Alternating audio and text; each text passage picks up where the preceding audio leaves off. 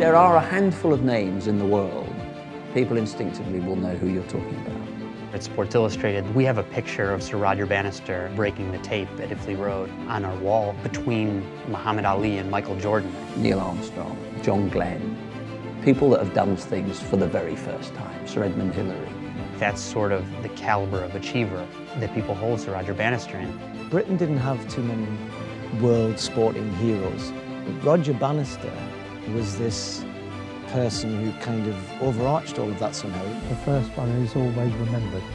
His first 4-minute mile was voted the outstanding British sporting achievement of the 20th century. If you ask editors here what they think the most remarkable achievements or the most momentous moments in sports are, I guarantee you basically every one of them would mention the sub-4 mile. The others, probably 1,000 or more since then, they're just another one.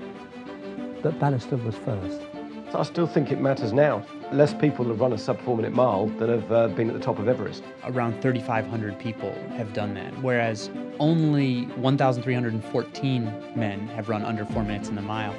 Now with Mount Everest even, it's so much a resource issue, right? If you can pay for the right guides and the right equipment, you can't pay enough to run under 4 minutes in the mile. Bannister had the mental and physical ability to push himself through that barrier and show the way to others. The day I ran my first sub-4-minute mile, the whole last lap, I was replaying in my mind the lines from Bannister's book about how he felt on the last lap of his historic race. If I'd finished my career and had never broken a world mile record, I would have felt as though I'd missed out on something.